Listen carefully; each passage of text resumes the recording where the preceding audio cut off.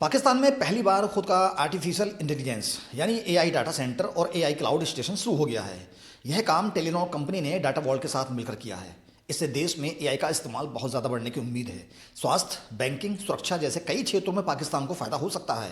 साथ ही साइबर सुरक्षा मजबूत होने की बात भी कही जा रही है। इस डाटा सेंटर में दुनिया की मशहूर कंपनी एनवीडिया के हाई पावर जीपीयू यानी ग्राफिक प्रोसेसिंग यूनिट लगे हैं।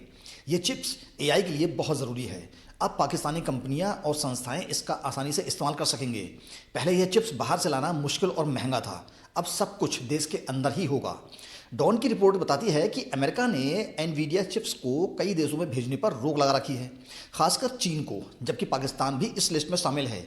फिर भी डाटा वॉल्ट को एनवीडिया से खास इजाज़त मिली है। कंपनी ने सख्त जांच के बाद 3000 से ज़्यादा जीपीयू हासिल किए हैं।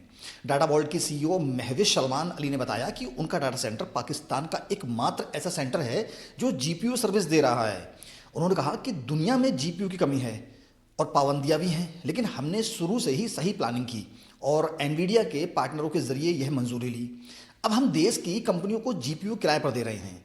इस नए डाटा सेंटर से बैंक, अस्पताल, फैक्ट्रियां, खेती, लॉजिस्टिक्स, सरकारी काम और पब्लिक सेफ्टी में एआई का इस्तेमाल आसानी से हो जाएगा। पाकिस्तानी रिसर्च स्टार्टअप और यूनिवर्सिटी अब उर्दू और दूसरी लोकल भाषाओं के लिए बड़े एआई मॉडल बना सकेंगे। फिनटेक और दूसरे क्षेत्र के लिए खास एआई तैयार हो सकेंगे। और सबसे बड़ी खास बात यह है कि अब सारा डाटा पाकिस्तान के अंदर ही रहेगा।